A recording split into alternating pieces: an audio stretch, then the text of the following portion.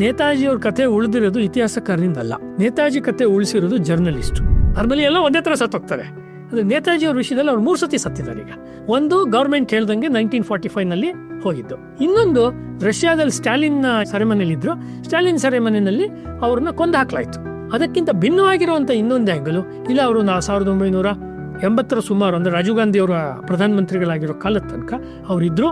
ಮತ್ತು ಸಂಘದ RSSನ ಆ ಕಾಲದ ಸರಸಂಘಚಾಲಕರಾಗಿದ್ದ ಮಾನ್ಯ ಕುಸಿ ಸುದರ್ಶನ್ ಅವರು ಕೂಡ ಅದ್ರ ಬಗ್ಗೆ ಹೇಳಿದ್ದಾರೆ. ನಿಜವಾಗ್ಲೂ ಸುಭಾಷ್ ಚಂದ್ರ ಬೋಸ್ ಅವರು ಭಾರತದಲ್ಲಿ ಬಂದಿದ್ದೇ ನಿಜ ಆದ್ರೆ ಸುಮ್ಮನೆ ಕೂರುವಂತ ಮನುಷ್ಯ ಅಂತೂ ಅಲ್ಲ. ಅವರು ತುಂಬಾ ಕ್ರಿಯಾಶಾಲಿ ವ್ಯಕ್ತಿತ್ವ. ಏನ್ ಮಾಡಿದ್ರು ಅಥವಾ ಏನ್ ಮಾಡಿರಬಹುದು ಇದನ್ನ ನೀವು ಕಾದಂಬರಿ ಅಂತೀರಾ ಅನ್ಬೋದು. ಪೂರ್ತಿ ಪಕ್ಕ ಹಂಗೆ ಹೇಳಕ್ಕಾಗಲ್ಲ. ಒಂದಷ್ಟು ಕಾಲ್ಪನಿಕ ಪಾತ್ರನೂ ಇದೆ, ಒಂದಷ್ಟು ನಿಜವಾದ ಪಾತ್ರಗಳಿದೆ. ನೆಹರು, ಆಮೇಲೆ ಮೌಂಟ್ ಬ್ಯಾಟನ್ನ ಹೆಂಡತಿ ಅಂದ್ರೆ ನೆಹರು ಅವರ ಪ್ರಿಯೆ, ಇವ್ರನ್ನೆಲ್ಲರ ಬಗ್ಗೆನೂ ಇದ್ರಲ್ಲಿ ಬರಲೇಬೇಕಲ್ಲ. ಅದರಲ್ಲಿ ನಿಜಕ್ಕೂ ನಮ್ಮ ದೇಶದಲ್ಲಿ ಕೊತ ಕುದಿಯುವಂತ ಹಿಸ್ಟ್ರಿ ಇದೆ. ಯಾವುದೇ ಕಾನೂನಿನ ತೊಡಕು ಆಗ್ದಂಗೆ ಅದನ್ನ ಹೆಂಗ್ ಬರೆಯೋದು? ಕುವೆಂಪು ಅವ್ರದ್ದೊಂದು ಬಹಳ ಪ್ರಸಿದ್ಧವಾದ ಮಾತಿದೆ, ಕಾದಂಬರಿ ಅಂದರೆ ಕರಸ್ಥಲದ ರಂಗಭೂಮಿ ಅಂತ. ತುಂಬ ಒಳ್ಳೆ ಮಾತದು. ರಂಗಭೂಮಿ ಅನ್ನೋದು ನಾವು ಈ ಥರ ಒಂದು ಸ್ಟೇಜ್ ಮೇಲೆ ಆಡ್ತೀವಿ, ಆದರೆ ಮನಸ್ಸಿನ ರಂಗಭೂಮಿ ಇದೆಯಲ್ಲ ಅದು ಕರಸ್ಥಲದ ರಂಗಭೂಮಿ ಅಂತ. ಅಷ್ಟು ರೀತಿಯಾಗಿ ಅದನ್ನು ಎಲ್ಲ ಪಾತ್ರಗಳು ಅದು ನರ್ತನ ಮಾಡ್ತಿರ್ತವೆ. ಹಾಗೆ ಅದನ್ನು ನಾವು ನೋಡ್ಬೋದು. ಅದು ಹೋಗುವಾಗ ಯಾವ್ದಾದ್ರು ಆಟೋದಲ್ಲೋ ಅಥವಾ ಟ್ಯಾಕ್ಸಿಯಲ್ಲೋ ಹೋಗುವಾಗ ನಮ್ಮ ಸ್ಟಾಪ್ ಬಂದಮೇಲೆ ಅವ್ನು ಕೇಳ್ತಿರ್ತಾನೆ, ಅವನು ಸರ್ ಬಂದಿದೆ ಅಂಥೇಳಿ. ಅದು ಮನಸ್ಸು ಇನ್ನೆಲ್ಲೋ ಬೇರೆ ಕಡೆ ಅದು ಹೋಗಿರುತ್ತೆ, ಕಲ್ಕತ್ತಾಗೋ ರಷ್ಯಾಗೋ ಎಲ್ಲೋ ಹೋಗಿರುತ್ತೆ. ಯಾಕೆ ಇದು ನಾನು ಹೇಳಿದೆ ಅಂದರೆ, ಈ ರೀತಿಯಾಗಿ ಒಂದು ವೆಸ್ಟಲ್ಲಿ ಒಂದು ಕಾನ್ಸೆಪ್ಟ್ ಇದೆ. ಏನಂದರೆ ಇತಿಹಾಸ ಅನ್ನೋದು ಸತ್ಯಕ್ಕೆ ಸಂಬಂಧಪಟ್ಟಿದ್ದು, ಕಾದಂಬರಿ ಅನ್ನೋದು ಫಿಕ್ಷನ್ನು ಅಂತ. ಇದು ಅವ್ರು ಮಾಡ್ಕೊಂಡಿರೋದು. ಅಂದರೆ ಅವರ ಒಂದು ಕ್ರಿಶ್ಚಿಯಾನಿಟಿಯ ಟ್ರುತ್ ಅಂತ ಇದೆ. ಅದು ಅಂದರೆ ಯೇಸು ಕ್ರಿಸ್ತ ಮತ್ತು ಬೇರೆ 3 ಜನ ಟ್ರಿನಿಟಿ ಅಂತ ಯಾವುದಿದೆ, ಹೋಲಿ ಟ್ರಿನಿಟಿ, ಅದಕ್ಕೆ ಸಂಬಂಧಪಟ್ಟಿದ್ದು ಟ್ರುತ್. ಅದು ಬೈಬಲ್ಲು ಇತ್ಯಾದಿಗಳಿಗೆ ಸಂಬಂಧಪಟ್ಟಿದ್ದು ಟ್ರುತ್. ಉಳಿದಿದ್ದು ಅದು ಹಿಸ್ಟ್ರಿ. ಯಾವಾಗ ಈ ಇವ್ರು ಹೇಳುವಂಥ ವಿಷಯಕ್ಕೆ ತೊಂದರೆ ಆಗತ್ತೆ, ಆವಾಗ ದೇವರು, ಅವರ ಗಾಡ್ ಬಂದು ಇತಿಹಾಸವನ್ನು ಡಿವೈನ್ ಇಂಟರ್ವೆನ್ಷನ್ ಇನ್ ಹಿಸ್ಟ್ರಿ ಅಂತ ಅವರಲ್ಲಿ ಭಾಳ ಪ್ರಸಿದ್ಧವಾದ ಮಾತು. ಅದು ಅವರ ಕಾನ್ಸೆಪ್ಟ್. ನಮ್ಮಲ್ಲಿ ಹಂಗಿಲ್ಲ. ಬ್ರಹ್ಮಾಂಡವನ್ನು ಪ್ರಜಾಪತಿ ಮೂಲಕ, ಬ್ರಹ್ಮನ ಮೂಲಕ, ಮಹಾವಿಷ್ಣು ಅಥವಾ ಒಂದು ಯಾವುದೋ ಪರಮಶಕ್ತಿ ಸೃಷ್ಟಿ ಮಾಡಿ ಅದರೊಳಗೇನೆ ಅದು ಪ್ರವೇಶ ಮಾಡಿ ಇಲ್ಲೆಲ್ಲ ಲೀಲಾಮಯವಾಗಿ ಅದನ್ನು ಆಳ್ತಾ ಇದೆ ಭೂಮಿಯಲ್ಲಿ, ಅದಿದೆ ಅನ್ನೋದು ನಮ್ಮ ಕಾನ್ಸೆಪ್ಟು. ಹೀಗಾಗ್ಬಿಟ್ಟು ಈ ಪಶ್ಚಿಮದ ಅರ್ಥದ ಕಾದಂಬರಿಯನ್ನು ಭಾರತೀಯರು ಬರೆಯೋಕ್ಕಾಗದೇ ಇಲ್ಲ. ಯಾರೇ ಕಾದಂಬರಿಕಾರರಾಗಲಿ ಅವ್ರು ಏನೇ ಬರೆದ್ರೂ ಕೂಡ ಒಂದು ಭಾರತೀಯ ಅಥವಾ ಹಿಂದೂ ಅನ್ನುವ ರೀತಿಯ ಒಂದು ಎಲಿಮೆಂಟ್ ಇರುತ್ತೆ. ಅದು ಯಾವುದೇ ದೇವನೂರು ಮಹಾದೇವ ಬರೀಲಿ, ಭೈರಪ್ಪ ಬರೀಲಿ, ಅನಂತಮೂರ್ತಿ ಬರೀಲಿ, ಗಳಗನಾಥ ಬರೀಲಿ, ಅಮಿತಾವ್ ಘೋಷ್ ಬರೀಲಿ, ಯಾರೇ ಬರೀಲಿ, ಆ ಒಂದು ಭಾರತೀಕರಣಗೊಂಡಿರೋ ದೃಷ್ಟಿ. ಅದೇನು ಭಾರತೀಕರಣಗೊಂಡಿರೋ ದೃಷ್ಟಿ ಅಂದರೆ ಕಾಲದ ಜೊತೆ ಆಟ ಆಡೋದು. ಯಾವಾಗಲೂ ಕೂಡ ರಂಗಭೂಮಿ ಹೇಳಬೇಕಾದ್ರೆ ನಾಟಕದ ಕ್ಲಾಸಲ್ಲಿ ಹೇಳ್ತಾರೆ, ಶೇಕ್ಸ್ಪಿಯರದಲ್ಲಿ ಹೇಳ್ಬೇಕಾದ್ರೆ ಕಾಲೈಕ್ಯ ಸ್ಥಳೈಕ್ಯ ಅಂತೆಲ್ಲ ಪಾಠ ಮಾಡಬೇಕಾದ್ರೆ ರಂಗಭೂಮಿಯಲ್ಲಿ ಹೇಳ್ತಾರೆ ಅದೆಲ್ಲ ಸಿಂಕ್ ಆಗಬೇಕು ಅಂತ. ನಮ್ಮ ಸಿನಿಮಾಗಳಲ್ಲೂ ಕೂಡ ಹಾಗೆ ಅದೊಂದು ಸಿಂಕ್ ಆಗಬೇಕು ಅಂತ. ನಮ್ಮಲ್ಲಿ ಆ ಥರ ಎಲ್ಲವೂ ಒಂದೇ ಕಥಾಭಿತ್ತಿನಲ್ಲಿ ಸಿಂಕ್ ಆಗಬೇಕು ಅಂತ ಏನು ರೂಲ್ಸ್ ಇಲ್ಲ. ಏನಂದರೆ ಯಾರೋ ಇಬ್ಬರು ಮಾತಾಡುವಾಗ 3ನೇವ್ರು ಬಂದರೆ ಅವ್ರನ್ನ ಪ್ರಶ್ನೆ ಕೇಳಿದ್ರೆ ಅವ್ರು ಇನ್ಯಾವುದೋ ಹಳೆಯ ಕಾಲದ ಕಥೆನ ಎತ್ಕೊಳ್ತಾರೆ. ನೀವು ಮಾಸ್ತಿಯವರ ಕಥಾ ಸಂಪುಟಗಳನ್ನು ಅಥವಾ ಇವಾಗ ನವರಾತ್ರಿ ನಡೀತಾ ಇರೋದ್ರಿಂದ ಇನ್ನೇನು ದುರ್ಗಾಷ್ಟಮಿ ಬರುತ್ತೆ, ಸರಸ್ವತಿ ಪೂಜೆ ಬರುತ್ತೆ, ಇದೆಲ್ಲ ಭಾಳ ಸೂಕ್ತವಾದ ಸಮಯದಲ್ಲಿ ಬಂಗಾಳದಲ್ಲಿ ಹುಟ್ಟಿದಂಥ ಒಬ್ಬ ದೊಡ್ಡ ಮಹಾನ್ ದೇಶ ನಾಯಕನ ಬಗ್ಗೆ ನಾವು ಮಾಡ್ತಾ ಇದ್ದೀವಿ. ನವರಾತ್ರಿಯಲ್ಲಿ ಕೂಡ ಬರೋರು ಅದೇನೆ. ಏನಂದರೆ ಒಂದು 5-6 ಜನ ಸ್ನೇಹಿತರು ಕಥೆಯನ್ನು ಹೇಳ್ತಾ ಹೋಗ್ತಾರೆ. ಈಗ ನಾವೊಂದು ಕಾಫಿ ಕುಡಿಯೋಕ್ಕೋ ಹರಟೆ ಹೊಡಿಯೋಕ್ಕೋ ಎಲ್ಲೋ ಸೇರಿದಾಗ ಯಾರ್ದೋ ಮನೆಯಲ್ಲೋ ಇವರೊಂದಷ್ಟು ಕತೆ ಹೇಳ್ತಾರೆ, ಅವರೊಂದಷ್ಟು ಹೇಳ್ತಾರೆ, ಇವರೊಂದಷ್ಟು ಹೇಳ್ತಾರೆ. ಕೆಲವು ಸತಿ ಅದು ಅಸ್ತವ್ಯಸ್ತವಾಗಿ ಎಲ್ಲೆಲ್ಲೋ ಹೋಗುತ್ತೆ. ಯಾರೋ ಒಬ್ಬರು ಸ್ವಲ್ಪ ಅದನ್ನು ನಿಯಂತ್ರಣ ಮಾಡಿ ವಾಪಸ್ಸು ತೊಗೊಂಡ್ಬರ್ತಾರೆ. ಅಂದರೆ ಭಾರತೀಯರ ಒಂದು ಹರಟೆ ಮಾತುಕತೆಯ ಪರಂಪರೆ ಇದೆಯಲ್ಲ, ಈ ವಾಚಿಕ ಪರಂಪರೆ ಅಥವಾ ಮಾತಿನ ಪರಂಪರೆ ಇದೆಯಲ್ಲ, ಇದೇ ನನಗೆ ಆಧಾರ. ಮತ್ತು ಇದಕ್ಕೆ ಸ್ವಲ್ಪ ಸೀರಿಯಸ್ನೆಸ್ ಬರಬೇಕು ಅನ್ನೋವಾಗಲೆಲ್ಲ ನಾನು ವಿಷ್ಣು ಪುರಾಣದ ಗ್ರಂಥಗಳನ್ನು ಹೆಚ್ಚು ಓದ್ತಾ ಇದ್ದೆ. ನಾನು ನಾರಾಯಣಾಚಾರ್ಯರ ನಹುಷ, ಆಮೇಲೆ ಯಯಾತಿ, ಅಫ್ಕೋರ್ಸ್ ಭೈರಪ್ಪನವ್ರದ್ದೆಲ್ಲ ಕಾದಂಬರಿ ನೋಡೇ ಇರ್ತೀವಿ. ಯಾಕೆಂದರೆ ಸ್ವಲ್ಪ ಅದು ಫಾರ್ಮೆಟ್ ಅದು ತುಂಬ ಏನು ಹೇಳ್ತಾರೆ, ತುಂಬ ಅಚ್ಚುಕಟ್ಟು ಮಾದರಿ ಭೈರಪ್ಪನವ್ರದ್ದೆಲ್ಲ ಬರವಣಿಗೆ. ಇದು ಪುರಾಣಕ್ಕೆ ತೆರೆದುಕೊಂಡಿರೋದು. ಇದರಿಂದ ನಮಗೆ ಅಡ್ವಾಂಟೇಜ್ ಏನಾಯಿತು ಅಂದರೆ, ಕಾದಂಬರಿ ಏನು ಬರಿಬೇಕಾದ್ರೆ ಸಂಸ್ಕೃತ ಶ್ಲೋಕ ತರ್ಬೋದಾ, ಹಳೆಗನ್ನಡ ಪದ್ಯ ತರ್ಬೋದಾ, ಯಾವುದೋ ಒಂದು ಜಾನಪದ ಒಂದು ಸಾಲು ತರ್ಬೋದಾ ಅಂದರೆ ಆರಾಮಾಗಿ ತರ್ಬೋದು. ತುಂಬ ಸೀರಿಯಸ್ ಆಗಿರೋ ಒಂದು ಶಿಸ್ತುಬದ್ಧವಾದ ಯೂನಿಫಾರ್ಮ್ ಅಂತೀವಲ್ಲ, ಸಮವಸ್ತ್ರದ ರೀತಿ ಕಾದಂಬರಿ ಬರೆದ್ರೆ ಅದನ್ನು ತರಕ್ಕೆ ಸಾಧ್ಯ ಇಲ್ಲ. ಹಾಗಾಗಿ ನಮ್ಮಲ್ಲಿ ಒಂದು ರೆಗ್ಯುಲರ್ ಆಗಿ ಕಾದಂಬರಿಯನ್ನು ಬರೆಯುವಂಥ ಯಾವುದನ್ನ ಕಾಲೇಜ್ಗಳಲ್ಲಿ ಕಾದಂಬರಿ ಫಾರ್ಮೆಟ್ ಅಂತ ಹೇಳ್ತಾರೆ ಅದೊಂದಿದೆ. ಇನ್ನೊಂದು ಇತಿಹಾಸ ನಿಬದ್ಧವಾದ್ದು ಮತ್ತು ಪರಂಪರೆಗೆ ಇನ್ನೂ ಹೆಚ್ಚು ಹತ್ತಿರವಾದ್ದು. ಪರಂಪರೆಯಲ್ಲಿರೋ ಯಾವ ವಿಷಯನ ಯಾವ ಪಾತ್ರ ಹೆಂಗೆ ಬೇಕಾದರೂ ಅನಾಮತ್ತಾಗಿ ಎತ್ಕೊಂಡ್ಬಿಡುತ್ತೆ ಅದು. ನಾಳೆ ಗೊತ್ತಿಲ್ಲ, 3ನೇ ಇದರಲ್ಲಿ ಬರ್ಬೇಕಾದ್ರೆ ಯಾವುದೋ ಮಂಡ್ಯದ ಹತ್ರ ಯಾವುದೋ ಒಂದು ಮಂಟೇಸ್ವಾಮಿನೋ ಮಲೆ ಮಹದೇಶ್ವರ ಅದು ಬೇಕಾದ್ರೆ ಬಂದುಬಿಡ್ಬೋದು, ಗೊತ್ತಿಲ್ಲ ನಮಗೆ. ಅದು ಮೂಲ ರೀತಿಯಲ್ಲಿ ಬರೆದ್ರೆ ಅದು ಬಾಧೆ ಆಗುತ್ತೆ. ಈಗ ಯಾವುದನ್ನು ಒಪ್ಕೊಂಡು ನಾವು ಕ್ಲಾಸ್ಗಳಲ್ಲಿ ಈಗ ಎಲ್ಲ ಶೇಷಗಿರಿರಾಯರದು ಕಾದಂಬರಿ ಮತ್ತು ಸಾಮಾನ್ಯ ಮನುಷ್ಯ ಅಂತಿದೆ, ಅದಕ್ಕಿಂತ ಭಿನ್ನವಾದ್ದು. ಅವರೇ ಪ್ರಾರಂಭದಲ್ಲಿ ಇವ್ರು ಹೇಳ್ದಂತೆ, ಸಿಬ್ಬಂದಿ ಅವ್ರು ಹೇಳ್ದಂತೆ ಅದು ಭಿನ್ನವಾದ್ದು. ಅಂದರೆ ಒಂದು ಇಂಡಿಯನ್ ಕಾನ್ಷಿಯಸ್ನೆಸ್ ಅಥವಾ ಒಂದು ಭಾರತೀಯ ಪ್ರಜ್ಞೆಯಿಂದ ಒಂದು ಕಾದಂಬರಿಯನ್ನು ನೋಡಿದ್ರೆ ಅದು ಖಂಡಿತವಾಗ್ಲೂ ಕೂಡ ಯುರೋಪಿಯನ್ಸು ಅಥವಾ ಅಮೇರಿಕನ್ಸ್ ಬರೋ ಕಾದಂಬರಿಗಿಂತಲೂ ಬೇರೆ ಇರುತ್ತೆ. ಹಾಗಾಗಿ ಹೊರಗಿನ ಚೌಕಟ್ಟು ಅವ್ರದ್ದೇನೆ, ಯಾಕೆಂದ್ರೆ ಇಲ್ಲಾಂದರೆ ಮಾರ್ಕೆಟಿಂಗ್ ಮಾಡೋಕ್ಕಾಗಲ್ಲ. ಅಂದರೆ ಈ ಫಾರ್ಮೆಟ್ ಈಗ ಒಪ್ಕೊಂಡ್ಬಿಟ್ಟಿದ್ದೀವಿ, 150 ವರ್ಷದಿಂದ ನಾವು ಈ ಕಾದಂಬರಿಯ ಈ ಫಾರ್ಮೆಟ್ ಒಪ್ಕೊಂಡ್ಬಿಟ್ಟಿದ್ದೀವಿ.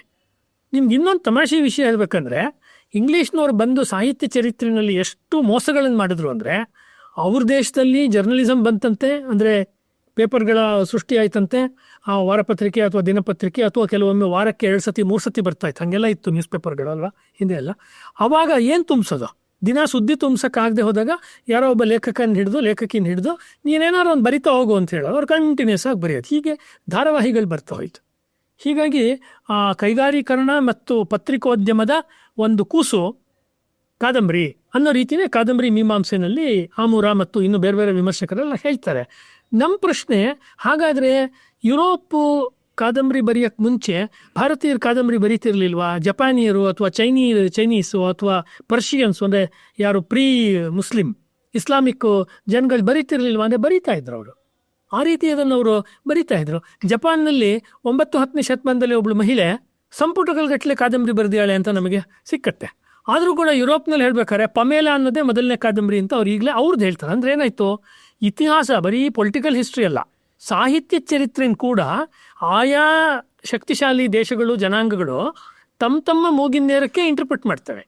ಹಾಗಾದ್ರೆ ಇದ್ರಲ್ಲಿ ನಾವೆಲ್ಲಿದ್ದೀವಿ ಅಂತ, ಭಾರತೀಯರಾದವ್ರು ನಾವೆಲ್ಲಿದ್ದೀವಿ? ಸುಭಾಷ್ ಚಂದ್ರ ಬೋಸ್ ಅವ್ರು ತೀರ್ಕೊಂಡ್ರು ಅಂತ ನೆಹರು ಸರ್ಕಾರ ಹೇಳುತ್ತೆ, ಆಮೇಲೆ ಇಂದಿರಾ ಗಾಂಧಿ ಸರ್ಕಾರ ಹೇಳುತ್ತೆ, ಯಾವುದೋ ಶಹನವಾಜ್ ಕಮಿಟಿ ಅಂತ ಮಾಡುತ್ತೆ, ಖೋಸ್ಲಾ ಕಮಿಟಿ ಅಂತ ಮಾಡುತ್ತೆ, ವಾಜಪೇಯಿ ಅವರು ಕಾಲದಲ್ಲಿ ಅದಕ್ಕೆ ಮುಖರ್ಜಿ ಆಯೋಗ ಅಂತ ಮಾಡ್ತಾರೆ. ಅವ್ರು ಅನೌನ್ಸ್ ಮಾಡಬೇಕು ಅಂತಿರ್ತಾರೆ, ಆದರೆ ಅಷ್ಟೊತ್ತಿಗೆ ಅವ್ರಿಗೊಂದು ಕಾನ್ಫಿಡೆನ್ಸ್, ಒಂದು ಸತಿ ಎಲೆಕ್ಷನಲ್ಲಿ ಗೆದ್ದು ಬಂದಾಗಿದೆ, ವಾಜಪೇಯಿ ಅವ್ರ ಸರ್ಕಾರ ಹೇಳ್ತಾ ಇರೋದು. ಆವಾಗ ಅವರು ಇಂಡಿಯಾ ಇಸ್ ಶೈನಿಂಗ್ ಅಂತ ಒಂದು ಘೋಷಣೆ ಕೊಡ್ತಾರೆ. ಇಂಡಿಯಾ ಇಸ್ ಶೈನಿಂಗ್ ಅಂತ ಕೊಟ್ಟು ಚುನಾವಣೆಗೆ ಹೋಗ್ತಾರೆ. ಚುನಾವಣೆಯಲ್ಲಿ BJP ಮತ್ತು ಮಿತ್ರ ಪಕ್ಷಗಳು ಸೋಲ್ತಾರೆ. ಆವಾಗ ಮನಮೋಹನ್ ಸಿಂಗ್ ಅವರು ಮೊದಲನೇ ಸರ್ತಿ ಪ್ರಧಾನಿ ಆಗ್ತಾರೆ, 2ನೇ ಸರ್ತಿ ಮತ್ತೆ ಕಾಂಗ್ರೆಸ್ ಬರುತ್ತೆ. ಮೊದಲನೇ ಸರ್ತಿ ಬಂದಾಗ ಅವರು ಟೇಬಲ್ ಮಾಡ್ತಾರೆ, ಯಾರೋ ಈ ಹಿಂದಿನ ವಾಜಪೇಯಿ ಅವ್ರ ಸರ್ಕಾರದಲ್ಲಿ ಮಾಡಿದಂಥ ಈ ಮುಖರ್ಜಿ ಆಯೋಗದ ಮಾಡಿದಾಗ ಶಿವರಾಜ್ ಪಾಟೀಲ್ರು ನಮ್ಮ ಗೃಹ ಮಂತ್ರಿಗಳು ಆಗ ಕೇಂದ್ರ ಸರ್ಕಾರದಲ್ಲಿ, ಅದು ವಿತಿನ್ ನೋ ಟೈಮ್ ಅದನ್ನು ಅವರು ಇದು ಮಾಡಿಬಿಡ್ತಾರೆ, ಡಿಸ್ಮಿಸ್ ಮಾಡ್ತಾರೆ. ಅದು ಇಡೀ ಸರ್ಕಾರವೇ ನೇಮಕ ಮಾಡಿದ್ದನ್ನು ಚರ್ಚೆಗೆ ಆಸ್ಪದ ಕೊಡದಂತೆ ಅದು ಡಿಸ್ಮಿಸ್ ಮಾಡ್ತಾರೆ. ಅದು ಯಾಕೆ ಡಿಸ್ಮಿಸ್ ಮಾಡಿದ್ರು? ಸರ್ಕಾರ ನಿಧಾನಕ್ಕೆ ಅದ್ರ ಬಗ್ಗೆ ವಾರಾನ್ಗಟ್ಟಲೆ ಚರ್ಚೆ ಮಾಡ್ಬೋದಾಗಿತ್ತು, ಅಥವಾ ಜನಗಳಲ್ಲಿ ಒಂದು ಅವೇರ್ನೆಸ್ ಮಾಡಬೇಕಾಗಿತ್ತು, ಇನ್ನೊಂದು ಮಾಡ್ಬೋದಾಗಿತ್ತು. ಸಾಧ್ಯ ಇರೋದಿಲ್ಲ. ಹಿಂದೆ ಅದ್ವಾನಿಯವರು ಗೃಹ ಮಂತ್ರಿ ಆಗಿದ್ದಾಗ ಅದಕ್ಕೆ ಬೇಕಾಗಿರೋ ತಂಡವನ್ನೆಲ್ಲ ಪೂರ್ವಿ ರಾಯ್ ಅಂತ ಒಬ್ಬರು ಇವರು ಸಂಶೋಧಕಿ, ಇವರು ಮತ್ತು ಮುರಳಿ ಮನೋಹರ್ ಜೋಶಿ ಅವರೆಲ್ಲ ಸಹಾಯ ಮಾಡಿ ಅವ್ರನ್ನ ಬೇರೆ ಬೇರೆ ದೇಶಕ್ಕೆಲ್ಲ ಕಳಿಸಿರ್ತಾರೆ. ಎಲ್ಲೆಲ್ಲಿ ನೇತಾಜಿ ಅವ್ರಿಗೆ ಸಂಬಂಧಪಟ್ಟ ಫೈಲ್ಗಳಿದೆ, ಮತ್ತೊಂದಿದೆ, ಅದನ್ನೆಲ್ಲ ಮಾಡೋಕ್ಕೆ ಕಲಿಸಿರ್ತಾರೆ. ಆ ಸಂಗತಿ ನಾನು ನಿಮ್ಗೆ ಹೇಳ್ತಾ ಇರೋದು ಯಾವುದೋ 1947 ಅಥವಾ 1857 ಅಲ್ಲ, ಈಗ ನಾವೊಂದು 20 ವರ್ಷ ಹಿಂದಿನ ಕಥೆ ಇದು ವಿಸ್ಮೃತಿಗೊಳಗಾಗಿದೆ. ಯಾರಿಗೆ ಗೊತ್ತಿವಾಗ? ಆಗ ಅನುಧರ್ ಅಂತ ಪತ್ರಕರ್ತರು ಏನು ಮಾಡಿದ್ರು, ಹಿಂದೂಸ್ತಾನ್ ಟೈಮ್ಸ್ನಲ್ಲಿ ತುಂಬ ಕೆಲಸ ಮಾಡಿದ್ರು, ಬೆಂಗಳೂರಿಗೆ ಹಲವು ಸತಿ ಬಂದಿದ್ದಾರೆ. ಅವರು ತಮ್ಮ ನೌಕರಿನೇ ಬಿಟ್ಟರು ಇದಕ್ಕೆ. ಇನ್ಯಾರೋ ಒಬ್ಬರು ಅಶೋಕ್ ಟಂಡನ್ ಅಂತ ಅವರು ಹಿಂದಿಯ ಸೀನಿಯರ್ ಪತ್ರಕರ್ತರು ಅವರು. ಅಂದರೆ ನೇತಾಜಿಯವ್ರ ಕಥೆ ಉಳಿದಿರೋದು ಇತಿಹಾಸಕಾರರಿಂದಲ್ಲ, ನೇತಾಜಿ ಕತೆ ಉಳಿಸಿರೋದು ಜರ್ನಲಿಸ್ಟು. ಹಾಗಾಗಿ ವಿಕ್ರಮ ಪತ್ರಿಕೆಯಲ್ಲಿ ಬರೆಯೋದು ಕರೆಕ್ಟಾಗಿದೆ. ಇದು ಲಾಜಿಕ್, ನನಗೆ ಹುಟ್ಟಿದ್ದು ಲಾಜಿಕ್ ಇದು. ಎಲ್ಲ ಪ್ರಜಾವಾಣಿಯಲ್ಲಿ ಬರಿಬೇಕಿತ್ತು, ಇಲ್ಲ ಕನ್ನಡಪ್ರಭದಲ್ಲಿ ಬರಿಬೇಕಿತ್ತು, ದಿನಪತ್ರಿಕೆಯಲ್ಲಿ ಕಷ್ಟ ಹಾಕೋದು. ಹಿಂದೆ ಹಾಕ್ತಿದ್ರು, ಈಗ ಅವ್ರದ್ದು ಫಾರ್ಮೆಟ್ಟಿನ ನ್ಯೂಸ್ ಫಾರ್ಮೆಟ್ ಚೇಂಜ್ ಆಗಿದೆ. ಅಂದರೆ ನಮ್ಮ ದೇಶದಲ್ಲಿ ನಾವು ಏನು ಹೇಳ್ತೀವಿ, ಹಿಸ್ಟಾರಿಯನ್ಸಿಂದ ಹಿಸ್ಟ್ರಿ ಬರೆಯಲ್ಪಡುತ್ತೆ ಅಂತ R.C. ಮುಜುಮ್ದಾರ್ ಈ ಥರದ್ದೆಲ್ಲ ಅನೇಕ ಹೆಸರು ಹೇಳ್ತೀನಿ. ಸತ್ಯ, ಯಾರೂ ಇಲ್ಲ ಅಂತ ಹೇಳ್ತಿಲ್ಲ. ಅವ್ರಿಗೆ ಬೇಕಾದ ಒಂದು ಬೇಸಿಕ್ ಮೆಟೀರಿಯಲ್ನ ಕೊಡೋನು ದಿನನಿತ್ಯ ವರ್ಕ್ ಮಾಡುವ ಪತ್ರಕರ್ತನೆ. ಅವನು ಇಡೀ ಇಂಟೆಲೆಕ್ಚುಯಲ್ ಡಿಬೇಟಲ್ಲಿ ಇವತ್ತಿನ ಕಾಲ ಬೇರೆ, 10 ವರ್ಷದಲ್ಲಿ ನಾನು ಸ್ವಲ್ಪ ಹಿಂದಕ್ಕೆ ಹೋದಾಗ ತುಂಬ ಮುಖ್ಯ ಪಾತ್ರವನ್ನು ವಹಿಸಿದ್ದಾರೆ. ಆ ನೇತಾಜಿಯವರು ಅಥವಾ ಅವರ ಹೆಸರಲ್ಲಿದ್ದಂಥ ಒಬ್ಬರು ಬಾಬಾಜಿ ಬಗ್ಗೆ ಅಶೋಕ್ ಟಂಡನ್ ಅನ್ನೋರು, ಅಗರ್ ಓ ನೇತಾಜಿ ನಹಿ ಥೆ ಓ ಕೌನ್ ಥೆ ಅವ್ರು ನೇತಾಜಿ ಅಲ್ಲ ಅಂದಿದ್ರೆ ಈ ಮನುಷ್ಯ ಯಾರು ಅಂಥೇಳಿ ಒಂದು ಸೀರಿಯಲ್ನೇ ಅವರು ಒಂದು ಪತ್ರಿಕೆಯಲ್ಲಿ ಉತ್ತರ ಭಾರತದಲ್ಲಿ ಬರೀತಾರೆ ಅದನ್ನು. ಆಮೇಲೆ ನಾರ್ದರ್ನ್ ಇಂಡಿಯನ್ ಪತ್ರಿಕಾ ಅಂತ ಅದು ಅಮೃತ್ ಬಜಾರ್ ಪತ್ರಿಕಾ ಅದು ಗ್ರೂಪ್, ಅದು ಆ ಗ್ರೂಪಿನ ಒಂದು ಅಸೋಸಿಯೇಟೆಡ್ ಪತ್ರಿಕೆ. ಅವರು ಅದನ್ನು ಸೀರಿಯಲ್ ಹಾಕ್ತಾರೆ. ಇದು ಯಾವುದು ನಮಗೆ ಗೊತ್ತೇ ಇಲ್ಲ.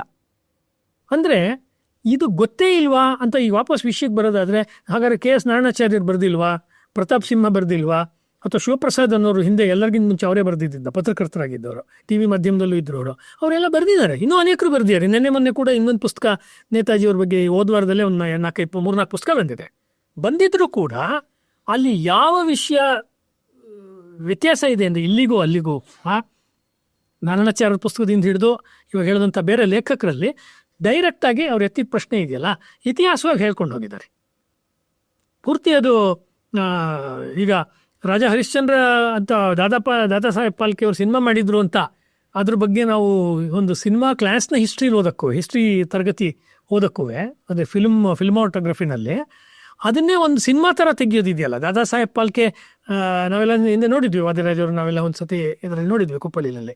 ಆವಾಗ ಆ ಸಿನಿಮಾ ತೆಗಿಯೋಕ್ಕೆ ಏನೇನು ಕಷ್ಟಪಟ್ಟ ಅವನು. ಹರಿಶ್ಚಂದ್ರ ಫ್ಯಾಕ್ಟ್ರಿ ಅನ್ನೋ ಸಿನಿಮಾ ನೋಡಿದ್ವಿ, ಹರಿಶ್ಚಂದ್ರನ್ ಫ್ಯಾಕ್ಟ್ರಿ ಅಂತ ಸಿನಿಮಾ. ಈ ಕ್ರಿಯೇಟಿವ್ ಆಗಿ ದಾದಾ ಸಾಹೇಬ್ ಫಾಲ್ಕೆ ಸಿನಿಮಾ ತೆಗಿಬೇಕಾದ್ರೆ ಏನು ಕಷ್ಟಪಟ್ಟ. ಅವ್ನ ಮನೆಯಲ್ಲಿರೋ ವಸ್ತುಗಳನ್ನ ನಡ ಇಡೋದು, ಇನ್ನೊಂದು ಮಾಡೋದು, ಅವ್ನ ಹೆಂಡತಿ ಮತ್ತೊಬ್ಬರು ಎಲ್ಲ ಹೆಂಗೆ ಇಡೀ ಫ್ಯಾಮಿಲಿನೇ ಸೇರಿಕೊಂಡು ಒಂದು ಕ್ರಿಯೇಟಿವ್ ಹುಚ್ಚಲ್ಲಿ ಅವರು ಸಿನಿಮಾ ತೆಗೆದ್ರು. ಅಥವಾ ನಮ್ಮ ಮೇಡಮ್ ಅವರು ಈಗ ನಮ್ಮ ಪದ್ಮಗಂಧಿ ಸಿನಿಮಾ ತೆಗೆದ್ರಲ್ವಾ ಡಾಕ್ಟರ್ SR ಲೀಲಾ ಅವರು, ಅದನ್ನು ಕೇಳಿದ್ರೆ ಅದೇ ಒಂದು ಸಿನಿಮಾ ಆಗತ್ತೆ. ನೆಕ್ಸ್ಟು ಸಿನಿಮಾ ಹೆಂಗೆ ತೆಗೆದ್ವಿ ಅನ್ನೋದು ಒಂದು ಸಿನಿಮಾ. ನಾವು ಮಾತಾಡ್ತಾ ಹೇಳ್ತೀವಿ, ಅಯ್ಯೋ ಬಿಡು ನಮ್ಮನೆ ಕತೆ ಕೇಳಿದ್ರೆ ಅದೇ ಒಂದು ಸಿನಿಮಾ ಆಗತ್ತೆ ಅಂತ. ಯಾರು ಹೇಳಲ್ಲ ಈ ಮಾತನ್ನು.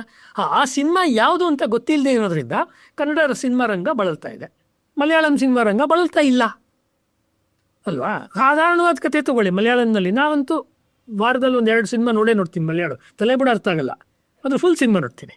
ಯಾಕೆಂದರೆ ಗೊತ್ತಾಗುತ್ತೆ ಅವ್ರು ತೆಗೆದಿರೋ ರೀತಿ, ಆ ದೃಶ್ಯೀಕರಣ ನೋಡಿದಾಗ ಗಟ್ಟಿತನ, ಸಾಂದ್ರತೆ ಇದೆ. ಅದು ಆ್ಯಕ್ಟರ್ಗಳು ಹಾಗೆ ಇದ್ದಾರೆ, ಆ್ಯಕ್ಟ್ರೆಸ್ಸು. ಅಂದರೆ ಏನಾಯಿತು, ಹಿಸ್ಟ್ರಿಯನ್ನು ಯುರೋಪಿಯನ್ಸ್ ಹೇಳ್ದಂತೆ ಹೇಳೋದು ಒಂದು ಕ್ರಮ ಆದರೆ, ಕಾದಂಬರಿಯನ್ನು ಅವ್ರು ಹೇಳ್ದಂತೆ ಹೇಳೋದು ಒಂದು ಕ್ರಮ ಆದರೆ, ಅವ್ರಿಗಿಂತ ನಾವು ತೋರಿಸ್ಬೋದಾಗಿರೋ ಪ್ರತಿಭಟನೆ ಏನು ಅಂದರೆ ಯುರೋಪಿನ ವೈಚಾರಿಕ ದಬ್ಬಾಳಿಕೆ, ಅಮೆರಿಕಾದ ವೈಚಾರಿಕ ದಬ್ಬಾಳಿಕೆ ಅಥವಾ ಕಮ್ಯುನಿಸ್ಟ್ ದೇಶಗಳ ವೈಚಾರಿಕ ದಬ್ಬಾಳಿಕೆಗೆ ಸಾಹಿತ್ಯಿಕವಾಗಿ ನಾನೇನು ಮಾಡೋಕ್ಕಾಗತ್ತೆ. ನಾನೇನು ಜೆಂಡಾ ಇಟ್ಕೊಂಡು ಹೋರಾಟ ಮಾಡೋಕ್ಕಾಗಲ್ಲ, ಹೊರಗಡೆ ಹೋಗಿ ನಾನು ಆ ಥರ ಹೋರಾಟಗಾರ ಆಗೋಕ್ಕಾಗಲ್ಲ, activist. But writer is also an activist ಒಂದು ಥರದಲ್ಲಿ. ಹೇಗೆ ನಮ್ಮ ಆ್ಯಕ್ಟಿವಿಸಮ್ ಅಂದರೆ ನೀವು ಹೇಳೋ ಕಾದಂಬರಿ ಡೆಫಿನೇಷನ್ಗಿಂತ ನಾವು ಬೇರೆ ಥರ ಕಾದಂಬರಿ ಬರಿತೀವಿ. ಫ್ಲ್ಯಾಪ್ ಆಗಿಬಿಟ್ರೆ ಬೇರೆ, ಬಟ್ ಇದು 4-5 ಕಾಪಿ ಖರ್ಚಾಗಿದೆ ಪುಸ್ತಕ ಒಂದು ವರ್ಷದಲ್ಲಿ, ಅಂದಮೇಲೆ ಜನ ಓದಿದ್ದಾರೆ ಅಂತ ಆಯ್ತಲ್ಲ ಅಲ್ವಾ. ಒಂದು ಆವರಣದ ಥರ ಬರೆಯೋದು ಒಂದಾಯ್ತು, ಸಾರ್ಥ ಅಥವಾ ಆವರಣ ಅಥವಾ ಇನ್ನೊಂದ್ರ ಥರ ಬರೆಯೋದು ಇನ್ನೊಂದಾಯ್ತು, ಅದಾಯಿತು. ಬೇರೆ ಇನ್ನೊಂದು ಫಾರ್ಮೆಟಲ್ಲಿ ಇದನ್ನು ನೋಡ್ಬೋದು ಅನ್ನೋದನ್ನು ತೆಗೆದುಕೊಂಡು ಇದನ್ನು ಇದೇ ರೀತಿ ಕಥಾ ಶೈಲಿನಲ್ಲಿ ಬರೆಯೋದು. ಅಂದರೆ ಇದನ್ನು ನೀವು ಕಾದಂಬರಿ ಅಂತೀರಾ ಅನ್ಬೋದು, ಪೂರ್ತಿ ಪಕ್ಕ ಹಾಗೆ ಹೇಳೋಕ್ಕಾಗಲ್ಲ.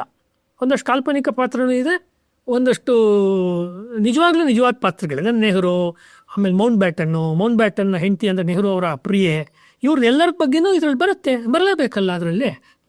ಪ್ರಿಯತಮೆ ಅವ್ರದ್ದೆಲ್ಲ ಬರುತ್ತೆ ಹಿಸ್ಟ್ರಿಯಲ್ಲಿ ಇರೋದು. ಇದನ್ನು ಮುಚ್ಚಿಡೋಕ್ಕಾಗಲ್ಲ.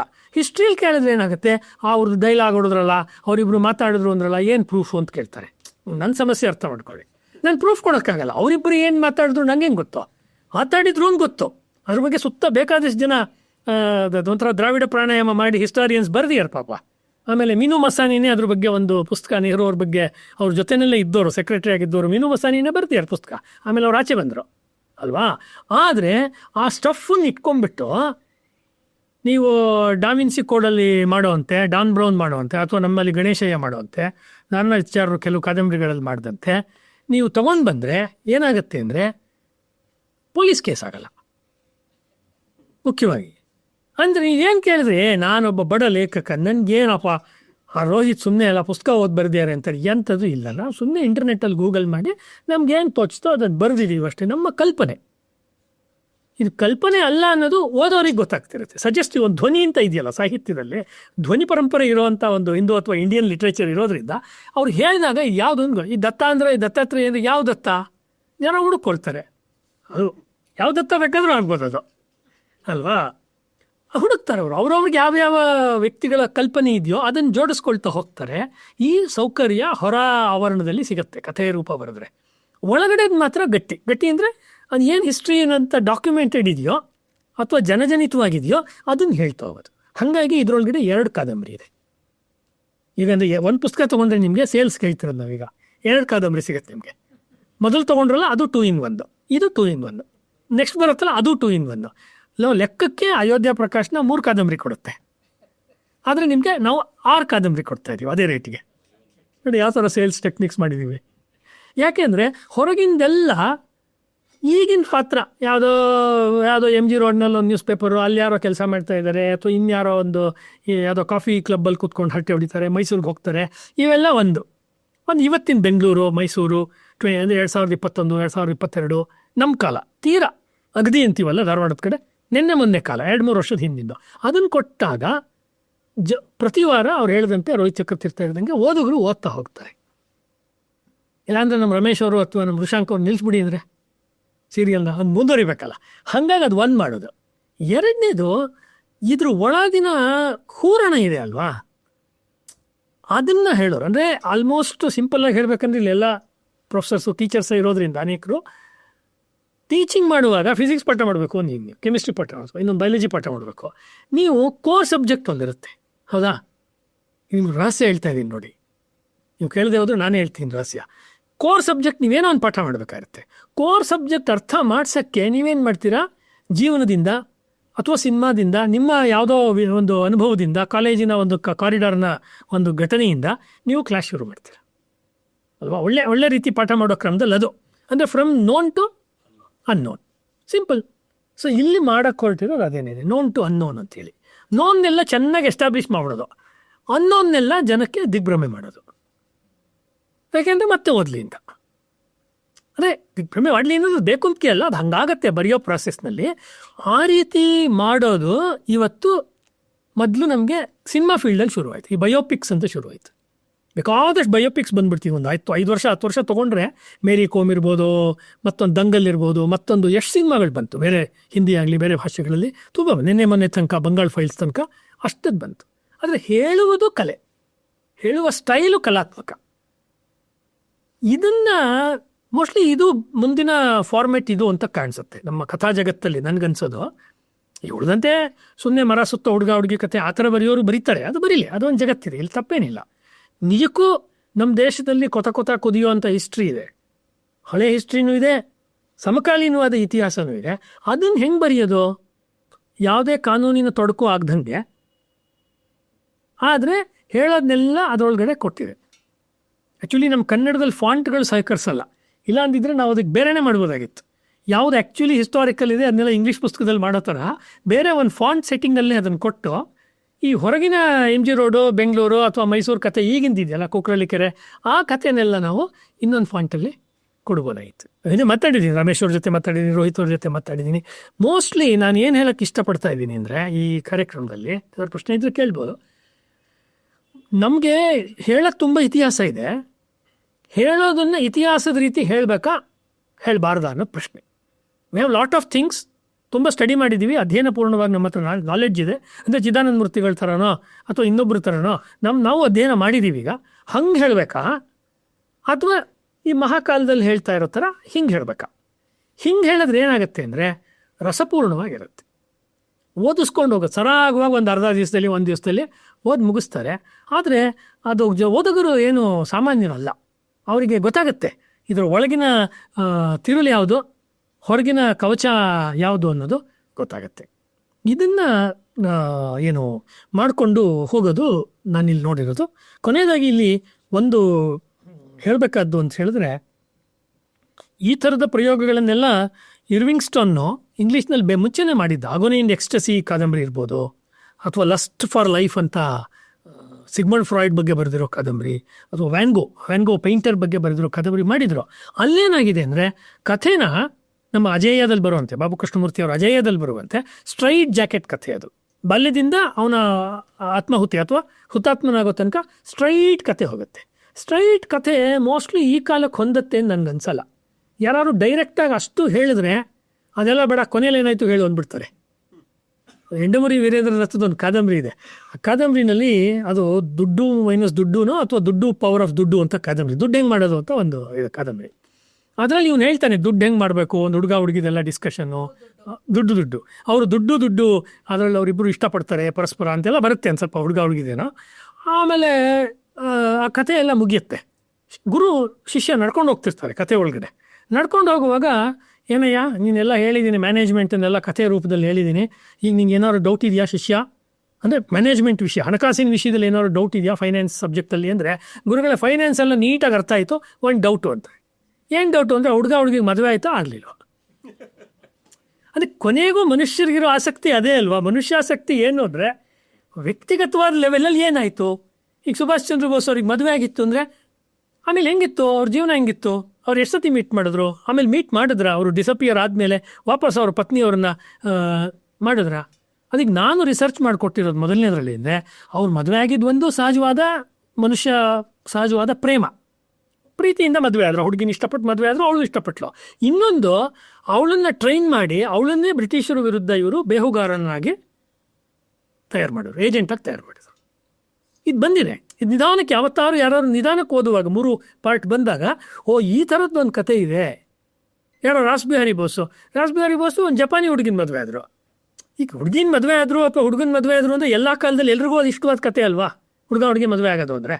ಆದರೆ ಯಾಕಾದರೂ ಅಂದರೆ ದರಿಸೆ ಧ್ಯೇಯ, ಅದ್ರ ಹಿಂದೆ ಒಂದು ಪರ್ಪಸ್ ಇದೆ. ದೇಶಕ್ಕೋಸ್ಕರ ಅವರು ಯಾರೋ ಒಬ್ಬ ಏಜೆಂಟು, ಯಾರೋ ಒಬ್ಬ ಜಪಾನಿ ದೊಡ್ಡ ಇವನ ಮನೆಯಲ್ಲಿದ್ದಾಗ, ಅಲ್ಲಿ ಕ್ರಾಂತಿಕಾರಿ ಗುಪ್ತವಾಗಿ ಓಡಾಡೋ ಕೆಲಸ ಮಾಡೋ ಒಂದು ಮನೇಲಿದ್ದಾಗ ಸರ್ಕಾರದಿಂದ ಅವ್ರ ಫ್ಯಾಮಿಲಿಗೆ ಒತ್ತಡ ಬರ್ತಿತ್ತು. ರಾಸ್ಬಿಹಾರಿ ಬೋಸ್ನ ಇದು ಯಾರೋ ಮನುಷ್ಯ ಬಂದುಬಿಟ್ಟಿದ್ದಾನೆ ಇಂಡಿಯಾದಿಂದ, ನಮ್ಗೆ ಅನುಮಾನ ಆಗ್ತಾ ಇದೆ. ಆಗ ಇನ್ನೂ ಎಂಪೈರ್ ಇತ್ತು, ಯಾರೋ ಜಪಾನಿ ಎಂಪೈರ್ ಇತ್ತು, ಆಗ ವಾಪಸ್ ಕಳಿಸಿ ಅಂತೆಲ್ಲ ಬರ್ತಿತ್ತು. ಹಿಂಗೆ ಮಾಡೋ ಬದಲು ಇವ್ನ ಅಳಿಮಯ್ಯ ಮಾಡ್ಕೊಂಬಿಟ್ರೆ ಅಂತ ಒಂದು ಅಳಿಯನ್ ಮಾಡ್ಕೊಂಬಿಟ್ರು. ಇವರು ಅಳಿಯ ಆದರು, ಅವರು ಅಳಿಯನ್ ಮಾಡಿಕೊಂಡ್ರು, ಅವರಿಬ್ಬರಿಗೆ ಸಂತಾನ ಆಯಿತು. ರಾಸ್ಬಿಹಾರಿ ಬೋಸ್ ಅಲ್ಲೇ ಸೆಟ್ಲ್ ಆದರು. ಬಟ್ ಅವ್ರೇನು ಮಾಡಿದ್ರು, ಜಪಾನಿಯರ ಭಾಷೆ ಕಲಿತರು. ಅಂದರೆ ಹಿಂದೂಗಳ ಅಥವಾ ಇಂಡಿಯನ್ಸ್ದು ನಿಜವಾದ ಹಿಂದೂಗಳ ದೃಷ್ಟಿಕೋನ, ಯಾವ ದೇಶಕ್ಕೆ ಹೋಗ್ತೀವೋ ಆ ದೇಶಕ್ಕೆ ಒಳ್ಳೇದು ಮಾಡಬೇಕು ಅಂತ, ಆ ದೇಶವನ್ನು ಯಾವತ್ತೂ ಹಾಳು ಮಾಡಬಾರ್ದು ಅನ್ನೋದು, ಆ ದೃಷ್ಟಿಕೋನ ರಾಸ್ಬಿಹಾರಿ ಬೋಸಲ್ಲಿ ಬರುತ್ತೆ. ಆಮೇಲೆ ಯಾವುದೋ ಒಂದು ಡಿಶ್ಶು, ಒಂದು ಬಂಗಾಳಿ ಐಟಮು ಮತ್ತು ಒಂದು ಜಪಾನಿ ಐಟಮ್, ಇಬ್ಬರು ಮದುವೆ ಆಗಿದ್ದು ಹಂಗೆ ತಾನೆ, ಆ ಎರಡರದ್ದು ಡಿಶ್ಶು ಅಡುಗೆ ಒಂದು ತಯಾರು ಮಾಡಿದರು. ಈಗಲೂ ನೀವು ಗೂಗಲ್ ಮಾಡಿ ಸಿಗುತ್ತೆ ನಿಮಗೆ. ನೀವು ಜಪಾನ್ಗೆ ಯಾರೋ ಪ್ರವಾಸ ಮಾಡಿದರೆ ರಾಸ್ಬಿಹಾರಿ ಬೋಸ್ ತಯಾರು ಮಾಡಿದ ಅಡುಗೆ ಇವತ್ತಿಗೂ ನಿಮಗೆ ಮೆನ್ಯೂನಲ್ಲಿದೆ, ಮೆನು ಕಾರ್ಡಲ್ಲಿದೆ. ಇದು ಭಾರತೀಯರು ಬೇರೆ ದೇಶಕ್ಕೆ ಹೋದಾಗ ಹಿಂದೂಗಳು ಯಾವ ಥರ ಅಲ್ಲಿ ಜನಜೀವನದಲ್ಲಿ ಒಂದಾಗ್ತಾರೆ ಅನ್ನುವಂಥ ಸೋಷಿಯಲ್ ಹಿಸ್ಟ್ರಿ ಕೂಡ ಇದರೊಳಗಡೆ ಬರುತ್ತೆ. ಕೇವಲ ಪೊಲಿಟಿಕಲ್ ಹಿಸ್ಟ್ರಿ ಮಾತ್ರ ಅಲ್ಲ. ಹಾಗಾಗಿ ಇಲ್ಲಿ ನಿಮಗೆ ಹೇಳಕ್ಕೆ ಹೊರಟಿದ್ದೇನು ಅಂದರೆ, ಇತಿಹಾಸ ಅಂದರೆ ಹುಡುಕಿ ಸಿದ್ಧವಾಗಿರೋದನ್ನು ಬರೆಯೋದು, ಚೆನ್ನಾಗಿ ಹುಡುಕ್ಬಿಟ್ಟು ಸಿದ್ಧವಾಗಿರೋದನ್ನು ಬರೆಯೋದು, ಮಿಕ್ಕಿದೆಲ್ಲ ಪಕ್ಕಕ್ಕೆ ಹಾಕ್ಬಿಡೋದು. ಕಾದಂಬರಿಯ ಫಾರ್ಮೆಟ್ ಅಂದರೆ ಹುಡುಕ್ತಾ ಹೋಗ್ತಾ ಇರೋದು, ಶೋಧನೆ ಮಾಡ್ತಾ ಮಾಡ್ತಾ ಮಾಡ್ತಾ ಒಂದಷ್ಟು ಗೊತ್ತು ನಿಮಗೆ, ಕೆಲವು ಗೊತ್ತಿಲ್ಲ ನಿಮಗೆ, ಎಲ್ಲ ರೆಡಿ ಮಾಡಿಕೊಂಡು ಮಾಡೋಕ್ಕಾಗಲ್ಲ. ಮಾಡ್ತಾ ಮಾಡ್ತಾ ಮಾಡ್ತಾ ನಿಮಗೆ ಅನ್ವೇಷಣೆ ಮಾಡ್ತಾ ಅದರ ಜಟಿಲತೆ, ಅವ್ರು ಹೇಳಿದ್ರಲ್ಲ ಅವಾಗ, ಅದರ ಜಟಿಲತೆ ಹೇಗೆ ಸೇರಿಕೊಳ್ಳುತ್ತೆ. ತುಂಬ ಜನ ಕೇಳೋದು ಪ್ರಶ್ನೆ, ಅಷ್ಟು ಶೂರ ಮಹಾವೀರ ನೇತಾಜಿಯವರು, ಅವರು ಎಲ್ಲಿ ಹೋದರು, ಅವರು ರಷ್ಯಾದಲ್ಲಿದ್ದರು ಅಥವಾ ಅವರು ಇದರಲ್ಲಿದ್ದರು, ಚೀನಾದಲ್ಲಿದ್ದರು ಅಥವಾ ಬೇಡ ಭಾರತದಲ್ಲಿದ್ದರು ಅಂತ ಈಗ ಮುಂದೆ ನಾವು ಹೇಳುವಂತೆ 3ನೇ ಇದರಲ್ಲಿ ಭಾರತಕ್ಕೆ ಬಂದರು, ಏನು ಮಾಡಿದ್ರು ಅಂತ ಹೇಳುವಂತೆ ಇದ್ದಾಗ, ಅವ್ರು ಯಾಕೆ ಔತಿಟ್ಕೊಂಡಿದ್ರು, ಅವ್ರು ಯಾಕೆ ಗುಪ್ತವಾಗಿದ್ದರು, ಅವ್ರು ಯಾಕೆ ಗುಮ್ನಾಮಿ ಬಾಬಾ ಥರ ಇದ್ದರು, ಅಂದರೆ ಗುಮ್ನಾಮಿ ಅಂದರೆ ಒಬ್ಬ ಅಗೋಚರ ಬಾಬಾ ಥರ ಇದ್ದರು ಅಂತ ಇದ್ದಾಗ ಹಂಗಿರೋಕ್ಕೆ ಸಾಧ್ಯನೇ ಇಲ್ಲ ಅಂತ ಬಂಗಾಳಿಗಳಲ್ಲಿ ತುಂಬ ಜನ ಇವತ್ತಿಗೂ ಗಲಾಟೆ ಮಾಡ್ತಾರೆ. ನೀವೆಲ್ಲ ಸುಳ್ಳು ಹೇಳ್ತಾ ಇದ್ದೀರಾ, ಕಟ್ಟುಕತೆ ಆಯಿತು, ಅವ್ರ ಕತೆ ಮುಗೀತು. ಸುಬ್ರಹ್ಮಣ್ಯ ಸ್ವಾಮಿ ನಮ್ಮ ಪೊಲಿಟಿಷಿಯನ್ನು ಮತ್ತು ಗಗನ್ದೀಪ್ ಬಕ್ಷಿ, GD ಬಕ್ಷಿ, ಅವ್ರು ಹೇಳೋದು ಇಲ್ಲ ಅವರು ವಿಮಾನ ಅಪಘಾತದಲ್ಲಿ ಸಾಯಲಿಲ್ಲ ಅಂದರೆ ಒಬ್ಬ ಮನುಷ್ಯ ಹೆಂಗೆ ಸತ್ತಿರ್ಬೋದು ಅಂದರೆ 3 ಥರ ಸಾಯ್ಬೋದು ಅಂತಾಯಿತು. ನಾರ್ಮಲಿ ಎಲ್ಲ ಒಂದೇ ಥರ ಸತ್ತೋಗ್ತಾರೆ. ಅದು ನೇತಾಜಿ ಅವ್ರ ವಿಷಯದಲ್ಲಿ ಅವ್ರು 3 ಸತಿ ಸತ್ತಿದ್ದಾರೆ. ಈಗ ಒಂದು ಗೌರ್ಮೆಂಟ್ ಹೇಳ್ದಂಗೆ 1945ನಲ್ಲಿ ಹೋಗಿದ್ದು, ಆಗಸ್ಟ್ 18. ಇನ್ನೊಂದು ರಷ್ಯಾದಲ್ಲಿ ಸ್ಟಾಲಿನ್ ಇದರಲ್ಲಿದ್ದರು, ಸೆರೆಮನೆಯಲ್ಲಿದ್ದರು, ಸ್ಟಾಲಿನ್ ಸೆರೆಮನೆಯಲ್ಲಿ ಅವ್ರನ್ನ ಕೊಂದು ಹಾಕಲಾಯಿತು ಅನ್ನೋ ರೀತಿಯಲ್ಲಿ ಇವರಿಬ್ಬರು ಹೇಳ್ತಾರೆ. ಬಕ್ಷಿಯವರು, ಅವರು ಬೇಕಾದಷ್ಟು ಅಭ್ಯಾಸ ಮಾಡಿರೋರೆ ಹೇಳ್ತಾರೆ. ಅದಕ್ಕಿಂತ ಭಿನ್ನವಾಗಿರುವಂಥ ಇನ್ನೊಂದು ಆ್ಯಂಗಲು, ಇಲ್ಲ ಅವರು 1980 ಸುಮಾರು ಅಂದರೆ ರಾಜೀವ್ ಗಾಂಧಿ ಅವರ ಪ್ರಧಾನಮಂತ್ರಿಗಳಾಗಿರೋ ಕಾಲದ ತನಕ ಅವರಿದ್ದರು. ಮತ್ತು ಸಂಘದ RSSನ ಆ ಕಾಲದ ಸರಸಂಘಚಾಲಕರಾಗಿದ್ದ ಮಾನ್ಯ ಕುಸಿ ಸುದರ್ಶನ್ ಅವರು ಕೂಡ ಅದ್ರ ಬಗ್ಗೆ ಹೇಳಿದ್ದಾರೆ. 2 ಪುಸ್ತಕ ಅವ್ರು ಬಿಡುಗಡೆನೂ ಮಾಡಿದ್ದಾರೆ ಇದ್ರ ಬಗ್ಗೆ ಬಂಗಾಳಿದಲ್ಲಿ. ಇದೆಲ್ಲ ಡಾಕ್ಯುಮೆಂಟ್ ಇದೆ. ಬಟ್ ಪಬ್ಲಿಕ್ ಡಿಸ್ಕೋರ್ಸ್ನಲ್ಲಿ ಅದಿಲ್ಲ. ಪಬ್ಲಿಕ್ ಮೆಮೊರಿನಲ್ಲಿ ಮೊದಲೇ public memory is very short, ಯಾವುದೂ ಜ್ಞಾಪಕ ಇರಲ್ಲ. ಮೊದಲೇ ಜ್ಞಾಪಕ ಇರಲ್ಲ. ಸಂಜೆ ಆದ ತಕ್ಷಣ ಅವ್ರವ್ರ ಮನೆಗೆ ಹೋಗ್ತಾರೆ. ಅದೊಂದು ಮರ್ತೋಗಿಲ್ಲ ಇನ್ನೂ ಜನಕ್ಕೆ, ಎತ್ತಿಟ್ಲಾಗೋ ಹೋಗಲ್ಲ. ಅಷ್ಟು ನಾವು ಹಿಂದೂಗಳಿಗೇನೋ ಮೆಮೊರಿ ಲಾಸ್ ಇದೆಯಲ್ಲ, amnesia, it is so deep and so terrifying. Actually ನೆನಪೇ ಇರಲ್ಲ, ಹೋದ ಸರ್ತಿ ಏನಾಯಿತು ಅಂತ ನೆನಪಿರಲ್ಲ. ಅಂಬೇಡ್ಕರ್ ಬಗ್ಗೆ ಇಷ್ಟು ಮಾತಾಡ್ತೀವಿ, ಬಾಬಾ ಸಾಹೇಬ್ ಅಂಬೇಡ್ಕರ್ BBC ಅವರು ಏನೇನು ಮಾತುಗಳನ್ನು ಹೇಳಿದ್ದಾರೆ ಇವ್ರ ಬಗ್ಗೆ, ಪಾಸಿಟಿವ್ ಆಗಿ ನೇತಾಜಿ ಅವ್ರ ಬಗ್ಗೆ, ಅದೆಲ್ಲ ಪ್ರಕಟ ಆಗಿದೆ. BBC-ನಲ್ಲಿ ಬಂದಿರುವಂಥ ವೀಡಿಯೋಸ್ ಇದೆ. ಆ್ಯಕ್ಚುಲಿ ಅದೆಲ್ಲೂ ಸಾರ್ವಜನಿಕ ವಲಯದ ವೈಚಾರಿಕ ಚರ್ಚೆಗೆ ಬರಲ್ಲ. ಆ ವೈಚಾರಿಕ ಚರ್ಚೆಗೆ ಬರಲ್ವಾ, ತಡಿ ಮಾಡ್ತೀವಿ, ಇದನ್ನು ರಸಾತ್ಮಕವಾಗಿ ಕಾದಂಬರಿ ಮೂಲಕ ತಂದುಬಿಡ್ತೀವಿ ಅನ್ನುವುದು ಒಬ್ಬ ಕಾದಂಬರಿಕಾರನಾಗಿ ನನ್ನ ಹುನ್ನಾರ, ಇದು ನನ್ನ ಸಂಚು. ಇತಿಹಾಸವನ್ನು ನೀವು ಹಂಗೆ ತಗೊಳ್ಳದೆ ಹೋದರೆ ಈ ಥರ ಕೊಡ್ತೀವಿ ನಾವು ಅಂತ. ಆದರೆ ಪೂರ್ತಿ ಅದೇ ಕೊಡಲ್ಲ, 2 in 1 ಪ್ಯಾಕೇಜ್. ಶುಗರ್ ಕೊಟ್ಟಾಗ ಇಲ್ಲ, ಇರೋದೇ ನಮ್ಮಲ್ಲಿ ಹಂಗಲ್ವಾ. ಈ ತತ್ವ ಎಲ್ಲ ವ್ಯಾಸರಾಗಲಿ, ವಾಲ್ಮೀಕಿಗಳು, ಪುರಾಣಗಳಲ್ಲಿ ಎಲ್ಲ ಕಡೆ, ಅಥವಾ ನಮ್ಮ ಮಂಟೇಸ್ವಾಮಿ ಇನ್ನೊಂದು ಕಾವ್ಯ ಪುರಾಣಗಳೆಲ್ಲದರಲ್ಲಿ ಇರೋ ವಿಷಯನ ಡೈರೆಕ್ಟಾಗಿ ತತ್ವ ಹೇಳಿದ್ರೆ ಜನಕ್ಕೆ ಗೊತ್ತಾಗದೆ ಹೋದಾಗ ಅದಕ್ಕೆಲ್ಲ ಪಾತ್ರಗಳನ್ನು ರಚನೆ ಮಾಡಿ ಪಾತ್ರಗಳ ಮೂಲಕ ನೀವು ಕೊಟ್ಟಾಗ ಜನಕ್ಕೆ ಒಂದಷ್ಟು ಪಾತ್ರನೂ ನೆನಪಿರುತ್ತೆ, ಒಂದಷ್ಟು ತತ್ವನೂ ನೆನಪಿರುತ್ತೆ. ಇದು ಭಾರತೀಯ ಕ್ರಮ. ಈ ಕ್ರಮ ಇಂಗ್ಲೀಷ್ ನಾವೆಲ್ಸಲ್ಲಿ ಇರಲ್ಲ. ವಾಪಸ್ coming back to my topic, first ಏನು ಹೇಳಿದ್ನಲ್ಲ, ಇಂಗ್ಲೀಷ್ ಕಾದಂಬರಿಗಳಲ್ಲಿ ಸ್ಟ್ರೈಟ್ ಜಾಕೆಟ್ ಕತೆ ಅಂದರೆ ಕತೆ. ಅಂದರೆ ಡಾನ್ ಬ್ರೌನ್ ಕಾದಂಬರಿಗೂ ನಾನು ಬರೀತಿರೋ ಕಾದಂಬರಿಗೂ ಏನು ವ್ಯತ್ಯಾಸ ಅಂದರೆ, ಅವನು ಬರೀತಿರೋ ಕ್ರಿಶ್ಚಿಯಾನಿಟಿ, ಪೋಪುಗಳ ಕತೆ, ಅದೆಲ್ಲದರ ಸೆಟ್ಟಿಂಗ್ ಸತ್ಯ. ಅದ್ರ ಒಳಗಡೆ ಅವ್ನು ಹೇಳ್ತಾ ಇದ್ದಾನಲ್ಲ ಒಂದು ವಿಷಯ, ಅದು ಅವನ 100% ಕಲ್ಪನೆ. ಆ ಕಲ್ಪನೆ ಅದ್ಭುತವಾಗಿದೆ, ಹಾಗಾಗಿ ಲಕ್ಷಾಂತರ ಜನ ಓದಿದ್ರು. ನಾವು ಹೇಳ್ತಿರೋದು ಸೆಟ್ಟಿಂಗು ಕಲ್ಪನೆ, ಒಳಗಡೆ ಇರೋ ಹೂರಣ ಸತ್ಯ. ಅವನೇನು ಮಾಡಿದ್ನೋ ಅದನ್ನು ಉಲ್ಟಾ ಮಾಡಿರೋದು. ಇದು ಒಂದು ಪ್ರತಿನಿರೂಪಣೆ, ಒಂದು anti narration to the European writing or American style of writing. ನೋಡೋಣ ಅದು ಯಾವ್ಯಾವ ದಿಕ್ಕಿನಲ್ಲಿ ಹೋಗುತ್ತೆ. ಸೊ ಮುಖ್ಯವಾಗಿ ಧನ್ಯವಾದ ಹೇಳಬೇಕಾದ್ದು, ಈ ಪುಸ್ತಕ ತಯಾರಾಗಬೇಕಾದ್ರೆ ನಮ್ಮ ವಿಕ್ರಮ ಪತ್ರಿಕೆಯ ನಮ್ಮ ವೃಷಾಂಕ್ ಭಟ್ ಅವರು ಹಿಂದೆ ಸಂಪಾದಕರಾಗಿದ್ದವರು, ನಮ್ಮ ರಮೇಶ್ ದೊಡ್ಡಪುರ ಇವಾಗ ಅವರು ಸಂಪಾದಕರಾಗಿದ್ದಾರೆ. ಹಿಂದೆ ಉಪಸಂಪಾದಕರಾಗಿದ್ದ ದಿವ್ಯಾ ಹೆಗಡೆ ಕಬ್ಬಿನಗದ್ದೆಯವರು, ಇವಾಗಿರುವಂಥ ರೇಖಾ ಅವರು, ಮತ್ತು ಅದಕ್ಕೆ ಸೆಟ್ಟಿಂಗು ಅವ್ರಿಗೆ ಬೇಕಾದ ಎಲ್ಲ ವಿನ್ಯಾಸಗಳನ್ನು ಮಾಡಿದಂಥ ಕಲಾವಿದರು, ಮತ್ತು ಚೈತ್ರ ಅವರು, ಮತ್ತು ಈ ಪುಸ್ತಕದ ಪ್ರೂಫ್ ರೀಡಿಂಗ್ನ ಬೇರೆ ಬೇರೆ ಹಂತಗಳಲ್ಲಿ ನೋಡಿ ಸಹಾಯ ಮಾಡಿದಂಥ ನಮ್ಮ ಪತ್ನಿ ಗಿರಿಜಾ ಅವರು, ನನ್ನ ಬಾಲ್ಯ ಸ್ನೇಹಿತೆ ನಾಗಶ್ರೀ, ಇವರಿಗೆಲ್ಲ ನಾನು ಪರೋಕ್ಷವಾಗಿ ಪ್ರತ್ಯಕ್ಷವಾಗಿ ನಾನು ಇನ್ನೂ ಅನೇಕರು ಓದಿ ಅವರು ಅದನ್ನು ಅವರ ಅಭಿಪ್ರಾಯಗಳನ್ನು ಹೇಳಿದ್ದಾರೆ. ಮತ್ತು ಅಯೋಧ್ಯಾದವರು ಇದನ್ನು ಪುಟಗಳು ಎಷ್ಟಾರು ಆಗಲಿ ಸರ್, ಯೋಚನೆ ಮಾಡಬೇಡಿ, ಧೈರ್ಯವಾಗಿ ಬರೀರಿ ಸರ್ ಅಂತ ಅವರು ಸೂಚ್ಯವಾಗಿ ಹೇಳಿದರು.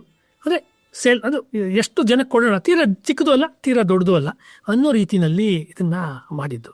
ಕೊನೆಯದಾಗಿ ಇದರಲ್ಲಿ ಹೇಳಬೇಕಾದ್ದು, ಕಥೆಯನ್ನು ಯಾಕೆ ಮಧ್ಯದಿಂದ ಶುರು ಮಾಡಿದ್ದು ಅಂದರೆ, ಒಂದು ಕಲ್ಪನೆ ಪಾಶ್ಚಾತ್ಯ ಕಾವ್ಯ ಮೀಮಾಂಸೆಯಲ್ಲಿ ಒಂದು ಬರುತ್ತೆ, ಅದಕ್ಕೆ ಇನ್ ಮೀಡಿಯಾ ರೆಸ್ ಅಂತ ಕರೀತಾರೆ. ಇನ್ ಮೀಡಿಯಾ ರೆಸ್ ಅಂದರೆ ಕಥಾ ಮಧ್ಯದಲ್ಲಿ, ಆ ಕಥೆ ಮಧ್ಯದಲ್ಲಿ ಶುರುವಾಗುತ್ತೆ ಅಂತ. ಈಗ ಯಾವುದೋ ಒಂದು ಬ್ಯಾಟಲ್ ಆಫ್ ಟ್ರಾಯ್ ಅಂತ ಇದ್ದರೆ, ಗ್ರೀಕರ ಯುದ್ಧದ ಕಥೆ ಇದ್ದರೆ ಹೋಮರ್ನಲ್ಲಿ, ಅದು ಯುದ್ಧರಂಗಕ್ಕೆ ಸೀದಾ ಬಂದುಬಿಡುತ್ತೆ. ಅಂದರೆ ಮಹಾಭಾರತನ ನೀವು ಕೃಷ್ಣನ ಭಗವದ್ಗೀತೆಯಿಂದ ಶುರು ಮಾಡೋದಕ್ಕೆ, ಆಮೇಲೆ ಯಾಕೆ ಯುದ್ಧ ಆಯಿತು ಅಂತ ಹೇಳಿದ್ರೆ ಹಿಂದಕ್ಕೆ ಒಂದಷ್ಟು ಕತೆ ಓಡುತ್ತೆ, ಆಮೇಲೆ ಮುಂದಕ್ಕೆ ಒಂದಷ್ಟು ಕತೆ ಓಡುತ್ತೆ. ಇದು ಕನ್ನಡದಲ್ಲೂ ನಮ್ಮ ರನ್ನನ ಗದಾಯುದ್ಧ ಸಾಹಸ ಭೀಮ ವಿಜಯ ಕಾವ್ಯದಲ್ಲೂ ಸಿಂಹಾವಲೋಕನ ಕ್ರಮ ಅಂತ ರನ್ನ ಹೇಳಿದ್ದಾನೆ. ಒಂದು ಸಿಂಹ ಪರ್ವತ ಬೆಟ್ಟ ಹತ್ಕೊಂಡು ಹೋಗ್ಬಿಡುತ್ತೆ, ಹೋದಾಗ ಅದು ಹತ್ಕೊಂಡು ಹೋಗುವಾಗ ಹಿಂತಿರುಗಿ ನೋಡ್ತಾ ಇರುತ್ತೆ, ತಾನು ನಡ್ಕೊಂಡ್ಬಂದ ಕ್ರಮಿಸಿದ ಮಾರ್ಗವನ್ನು ಅವಳು ನೋಡುತ್ತೆ. ಹಾಗೆ ಸುಭಾಷ್ ಚಂದ್ರ ಬೋಸು ರಷ್ಯಾಗೆ ಚೀನಾಗೆ ಹೋಗ್ಬಿಟ್ಟಿದ್ರು. ಈಗ ಅವರು ಏನೇನು ಮಾಡಿದ್ರು, ಯಾಕೆ ಮಾಡಲಿಲ್ಲ ಕೆಲವನ್ನ, ಮತ್ತು ಆ ಕಾಲದಲ್ಲಿ ಬೇರೆ ಬೇರೆ ಮಹಾನಾಯಕರುಗಳು ಏನು ಮಾಡಿದ್ರು, ಯಾವ್ಯಾವ ವಿಚಾರದ ಜೊತೆಗೆ ಅವ್ರಿಗೆ ತೀವ್ರ ಭಿನ್ನಾಭಿಪ್ರಾಯ ಇತ್ತು, ಭಿನ್ನಾಭಿಪ್ರಾಯ ಇದ್ಕೊಂಡು ಹೆಂಗೆ ಅವರು ಅದನ್ನು ಸ್ಟ್ರಾಟಜೈಸ್ ಮಾಡಿಕೊಂಡು ತಂತ್ರಗಾರಿಕೆ ಮಾಡಿಕೊಂಡು ಅವ್ರು ಮುಂದುವರೆದ್ರು ಅನ್ನೋದೆಲ್ಲವೂ ಕೂಡ ಕಾದಂಬರಿಯ ಒಳಗಡೆ ಇರೋ ಕಾದಂಬರಿಯಲ್ಲಿ ಬರುತ್ತೆ. ಕಾದಂಬರಿಯ ಹೊರಗಡೆ ಇರೋ ಕಾದಂಬರಿನಲ್ಲಿ ಒಂದು ಬೆಂಗಳೂರು ಮೈಸೂರಿನ ಹೊರಗಿನ ಜೀವನ ಬಿಚ್ಕೊಳ್ತಾ ಹೋಗುತ್ತೆ. ಸೊ ಇದು ಇದರ ಒಟ್ಟು ಹಿನ್ನೆಲೆ. ಮೊದಲನೇದು ಸೃಷ್ಟಿ, ಅದು ಯೂನಿಫಾರ್ಮ್ ಹಾಕ್ಕೊಂಡಿರೋ ಪುಸ್ತಕ ಇದೆಯಲ್ಲ, ಅದು ಮಿಲ್ಟ್ರಿದ ಪುಸ್ತಕ, ಇದು ಕನ್ನಡಕ ಹಾಕ್ಕೊಂಡಿರುವ ಟೋಪಿ ಇಲ್ಲದೆ ಇರುವ ಈ ಪುಸ್ತಕ ಇದೆಯಲ್ಲ, ಅದು ಸ್ಥಿತಿ. ಮೂರನೇದು ಬಯಲು ಅಂತ ಯಾಕೆ ಕೊಟ್ಟಿದೆ ಅನ್ನೋದು ಮುಂದೆ ಗೊತ್ತಾಗುತ್ತೆ. ಅದು ಬಯಲು ಅನ್ನೋದು ಅದು ಬರುತ್ತೆ. ಲಯ ಅನ್ನೋದು ನಾರ್ಮಲಿ ಹೇಳ್ತೀವಿ, ಸೃಷ್ಟಿ ಸ್ಥಿತಿ ಲಯ ಅನ್ನೋದು ಸಾಮಾನ್ಯವಾಗಿ ಬಳಸುವಂಥದ್ದು. ಲಯ ಅಂದರೆ ಅದು ಕರಗೋಯ್ತು, ಲೈವ್ ಆಯಿತು, ಅದು ಮುಗೀತು, ಸಮಾಪ್ತಿ ಆಯಿತು ಅಂತ ಆಗುತ್ತೆ. ಹಾಗಾಗಿ ಇದು ಅಂತ್ಯವಲ್ಲ, ಆರಂಭ ಅಂತ. ಪಿಕ್ಚರ್ ಅಭಿ ಬಾಕಿ ಹೇ ಅಂತ ಹೇಳ್ತಾರಲ್ಲ, ನಿಜವಾಗಲೂ ಸುಭಾಷ್ ಚಂದ್ರ ಬೋಸ್ ಅವರು ಭಾರತದಲ್ಲಿ ಬಂದಿದ್ದೇ ನಿಜ ಆದರೆ ಸುಮ್ಮನೆ ಕೂರೋ ಅಂಥ ಮನುಷ್ಯ ಅಂತೂ ಅಲ್ಲ. ಅವರು ತುಂಬ ಕ್ರಿಯಾಶಾಲಿ ವ್ಯಕ್ತಿತ್ವ ಏನು ಮಾಡಿದ್ರು ಅಥವಾ ಏನು ಮಾಡಿರಬಹುದು, ಮತ್ತು ಮಾಡಿದ್ರು ಗ್ಯಾರಂಟಿ, ಇನ್ನು ಕೆಲವು ಮಾಡಿರಬಹುದು ಅನ್ನುವುದನ್ನು ನಾವು ಬಯಲು ಮಾಡುವಂಥ ಪ್ರಯತ್ನ ಆಗುತ್ತೆ. ಅದು ಈಗ ನೋಟ್ಸ್ ಮಾಡಿರೋ ಪ್ರಕಾರ ಒಂದು 800-900 ಪೇಜ್ ಆಗುತ್ತೆ. ಇಲ್ಲಿ ಶಶಾಂಕ್ ಅವರು ಇಲ್ಲೇ ಇದ್ದಾರೆ. ಅಂದರೆ ಅಷ್ಟು ಪ್ರಕಟ ಮಾಡಲ್ಲ ನಾವು, ಅದನ್ನೆಲ್ಲ ಏನು ಎಷ್ಟು ಬೇಕೋ ಔಚಿತ್ಯಕ್ಕೆ ತಕ್ಕಷ್ಟು ಮಾಡಿ ಈಗ ಇವಾಗಿರುವ ಹೆಚ್ಚು ಕಡಿಮೆ ಮೊದಲನೇ ಪುಸ್ತಕ ಎಷ್ಟು ಬಂತೋ ಒಂದು 300 ಪುಟದ ಆಸ್ಪಾಸ್ನಲ್ಲಿ ತೊಗೊಂಡು ಬರೋ ಪ್ರಯತ್ನ ಆಗುತ್ತೆ. ಬಟ್ ಇದರೊಳಗೆ ನಿಮಗೆ ಈ ಮೊದಲೆರಡಕ್ಕಿಂತ ತುಂಬ ರೋಚಕವಾಗಿರುತ್ತೆ ಇದು. ಯಾಕೆ ನಾವು ಪ್ರಿಂಟ್ ಆಗಿರೋ ಪುಸ್ತಕಕ್ಕೆ ಮಾತ್ರ ಅಡ್ವರ್ಟೈಸ್ಮೆಂಟ್ ಕೊಡೋಲ್ಲ, ನಾವು ಪ್ರಿಂಟ್ ಆಗೋ ಪುಸ್ತಕಕ್ಕೂ ಅಡ್ವರ್ಟೈಸ್ಮೆಂಟ್ ಕೊಡ್ತೀವಿ. ಯಾಕೆ ಅಂದರೆ ನೆಹರು ಅವ್ರ ಕಾಲದಲ್ಲಿ ಏನಾಯಿತು, ಮೊರಾರ್ಜಿ ಕಾಲದಲ್ಲಿ ಏನಾಯಿತು, ಇಂದಿರಾ ಗಾಂಧಿ ಕಾಲದಲ್ಲಿ, ಶಾಸ್ತ್ರಿಯವ್ರ ಕಾಲದಲ್ಲಿ, ಅಥವಾ ದೇವೇಗೌಡ, ಆಮೇಲೆ ಗುಜರಾಲು, ಇನ್ನು ಯಾರ್ಯಾರು ಇದ್ದರು ಪ್ರಧಾನಮಂತ್ರಿಗಳಾದರು, ಅಪ್ ಟು ವಾಜಪೇಯಿ, ನರಸಿಂಹರಾವ್, ಆ ಕಾಲದಲ್ಲಿ ಏನೇನಾಯಿತು ನಮ್ಮ ದೇಶದ ಹಿಸ್ಟ್ರಿಲಿ, ಅಂದರೆ ನಾವೆಲ್ಲ ಬಾಲ್ಯದಲ್ಲಿ ಎಲ್ಲಿ ಬೆಳ್ಕೊಂಡು ಬಂದ್ವಿ, ಇಲ್ಲ ಅನೇಕರು ಯಾರೋ ಸರ್ವಿಸ್ನಲ್ಲಿ ಆ ಕಾಲದಲ್ಲಿ ಇದ್ದರು, ಅವರ ಕಾಲದಲ್ಲಿ ಏನಾಯಿತು, ಇದೆಲ್ಲ ಆಯ್ತಾ, ಈ ಪುಸ್ತಕ ಓದ್ದ ಮಾಳವಿಕಾ ಒಂದು ಸತಿ ಅದೇ ಹೇಳಿದ್ರು, ಇದೆಲ್ಲ ಆಯ್ತಾ, ನಾವು ಇದ್ವಲ್ಲ, ನಾವೇನು ಮಾಡ್ತಿದ್ವಿ, ಅರ್ಥ ಆಯ್ತಲ್ಲ. ಅದೇ ಮತ್ತು ಹಿಸ್ಟ್ರಿ ಮತ್ತು ಕಥಾ ರೈಟಿಂಗ್ ಅಂದರೆ ಅದೇನೆ, ಇದಿತ್ತು ನಮಗೆ ಗೊತ್ತಾಗಲಿಲ್ವಲ್ಲ ಇದು ಅಂತ ನಮಗೆ ಒಂದು ದಿಗ್ಭ್ರಮೆ ಆಗತ್ತಲ್ವ, ಹೊಳೆಯತ್ತಲ್ವ, ಅದೇನೇ ಒಂದು ರೈಟಿಂಗ್ನ ಸಾರ್ಥಕತೆ. ಹಾಗಾಗಿ ಇದುವರೆಗೂ ಯಾರು ಇದನ್ನು ಓದಿ ಇಷ್ಟಪಟ್ಟಿದ್ದಾರೆ, ಸೊ ಅವ್ರಿಗೆಲ್ಲ ಧನ್ಯವಾದಗಳು. ಯಾರು ಮುಂದೆ ಇದನ್ನು ಓದಿ ಇಷ್ಟಪಡ್ತಾರೆ ಅವ್ರಿಗೂ ಕೂಡ ಈಗಲೇ ಧನ್ಯವಾದಗಳು. ಸೊ ಇದುವರೆಗೂ ಇದನ್ನು ಮಾತಾಡಲಿಕ್ಕೆ ಅವಕಾಶ ಮಾಡಿಕೊಟ್ಟಂಥ ಅಯೋಧ್ಯ ಪ್ರಕಾಶನದ ರೋಹಿತ್ ಚಕ್ರತೀರ್ಥ ಅವ್ರಿಗೆ, ಶಶಾಂಕ್ ಅವ್ರಿಗೆ ಮತ್ತು ಅವರ ತಂಡಕ್ಕೆ ವಂದಿಸಿ ನನ್ನ ಮಾತುಗಳನ್ನು ಮುಗಿಸ್ತೀನಿ. ನಮಸ್ಕಾರ.